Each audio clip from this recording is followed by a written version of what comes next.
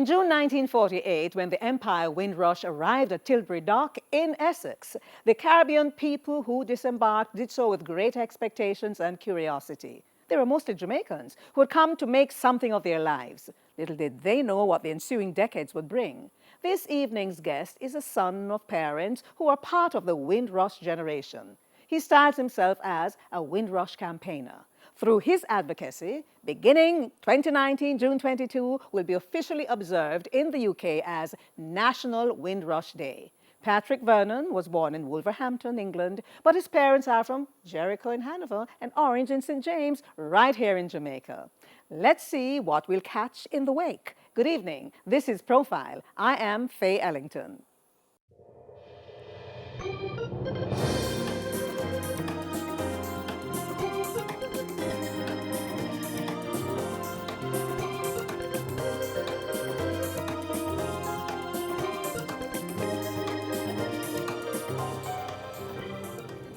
I don't know if Patrick is going to try to convince me that he is Jamaican, but he sounds deep, deep, deep British. Listen to the accent. Patrick, how you doing? I'm fine, Faye. Have I failed that test?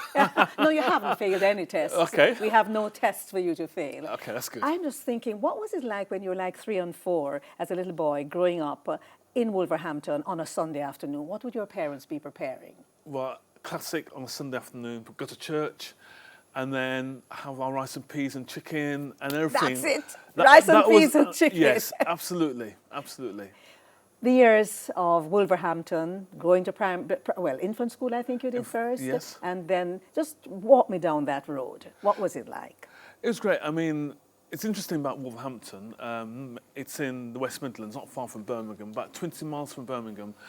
And majority of the people of Caribbean heritage that lived in Wolverhampton were Jamaican, and they all came from 3 parishes: Westmoreland, Hanover and St. James. So my childhood was almost like that African proverb, it takes a village to raise a child, because everyone was connected, everyone was related, everyone knew each other, everyone looked out for each other, because we had to, because those periods was a hard time in Britain if you were Caribbean.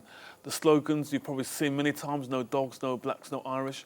So people had to... Say that slowly. No dogs, no blacks, no Irish. These were the slogans you'd see posted all over. Yeah, you'd go to rent somewhere and you'd be rent somewhere, work somewhere. It was like a colour bar. You know, Caribbean people were discriminated against.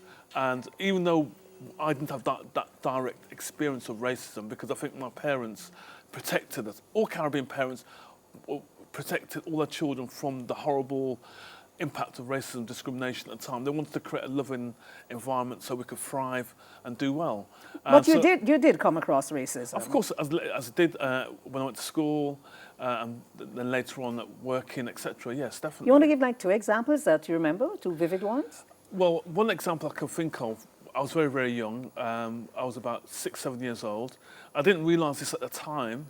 It was discrimination until much later on in life.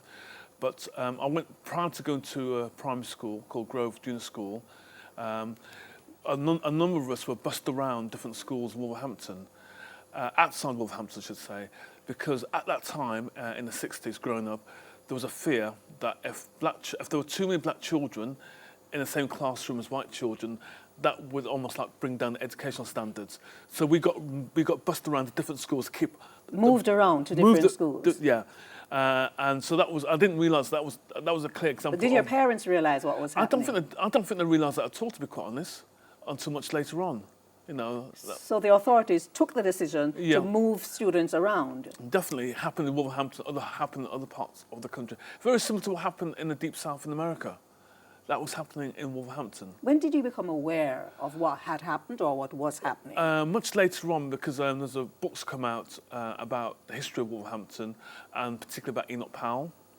Enoch Powell. So when my parents moved to Wolverhampton in the late 50s, Enoch Powell was the local MP. Enoch Powell, he did that infamous speech, Rivers of Blood, which he gave this vision of Britain, that there'll be race riots, that the whole country will come to rack and ruin because of black people, and particularly people come from the Caribbean. Far from it, we contributed, we worked hard, we paid our taxes and we contributed, we did remittances and we added value, and more importantly, we added the value, promoted Jamaica, and that's why people talk about brand Jamaica today, because my parents' generation, And my generation, we're proud of our Jamaican heritage. What did your parents do when they landed in England? So my dad, he was like a qualified kind of welder. So he worked for many years for a company called Tarmac. It then became ARC Concrete in manufacturing. My mother worked in hotel catering, so she worked in one of the big hotels in Wolverhampton doing catering, basically. After